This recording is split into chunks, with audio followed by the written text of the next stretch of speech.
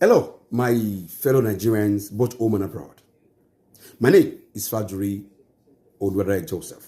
See, in all honesty, the Nnamdi Kanu struggle is long overdue for resolution because it's been politically captured. However, the current call for protests by Showore, though well-intentioned, may not yield the desired results.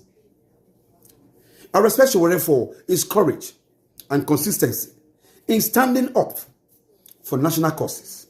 But the reality is that you cannot cry louder than the bereaved.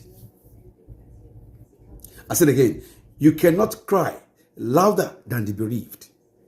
The Igbo people, for whom Nnamdi Kanu has championed the cause of self-determination, have not even shown the level of unity or commitment needed to sustain such a fight. Most of them are busy pursuing their daily businesses across Nigeria, while many others have shifted their energy toward the obedient movement. Our political wave that frankly is not built on the same foundation of freedom that Kanu once preached. Where then are the Igbo political leaders? Those constantly seeking power, seeking positions and appointments from the same federal government that detains their son. I'll take it again. Where are the Igbo political leaders who's constantly seeking powers, positions and appointments from the same federal government that detains their son, Nnamdi Kanu? How many of them still owe any commitment to the Biafran ideal? The truth is very few.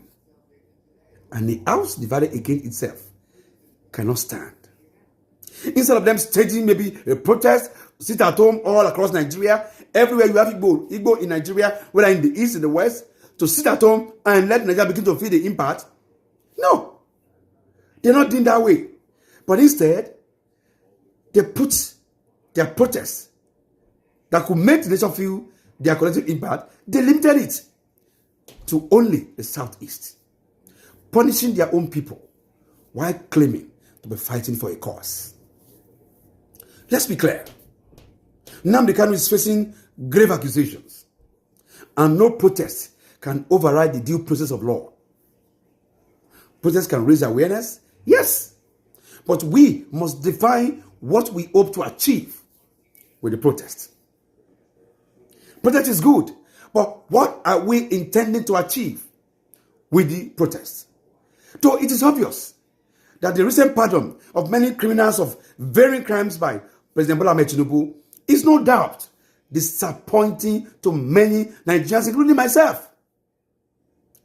But we must not forget that it is within the constitutional power of the presidency to grant clemency as it wills. The power does not tell the presidency who to pardon.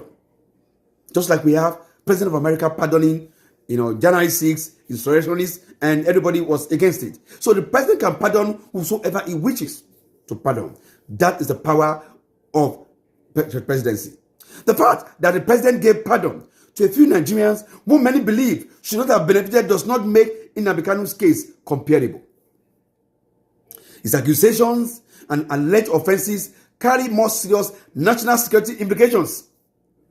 And to demand his immediate release at all costs ignores the gravity of his charges and the fact that many of the pardoned individuals had already been tried, sentenced, and served part of their punishment before clemency was extended. But in the case of Nnamdi Kanu, it's still a case in court, a case in progress, a case that has not been decided yet. It is political, we all know that. But until it is decided, until the Igbos are ready to face it and fight it, and we all join in, that is when we're going to have a release.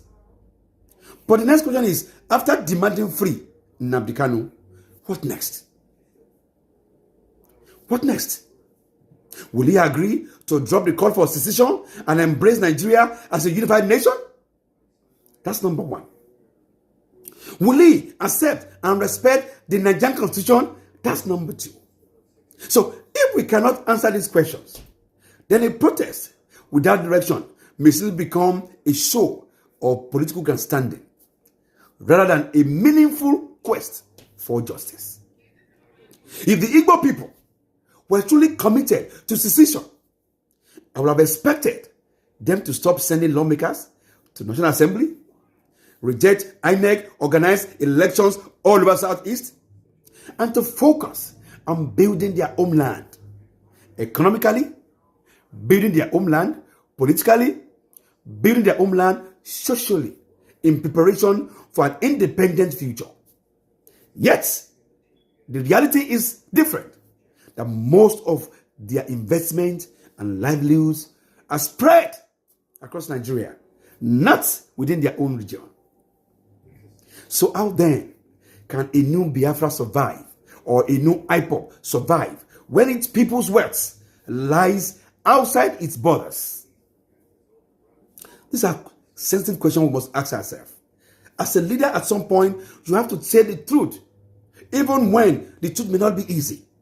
I know that some Igbo friends that may not be okay with what I'm saying, but if they truly sit down and think about it, they will know, as a leader, I'm treading the narrow path to look ourselves into the eyes and tell ourselves the truth.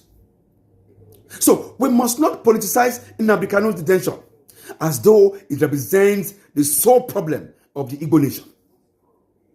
If the Southeast truly believes in its cause, they must lead the movement with unity and resolve. Then others across the country can join in solidarity.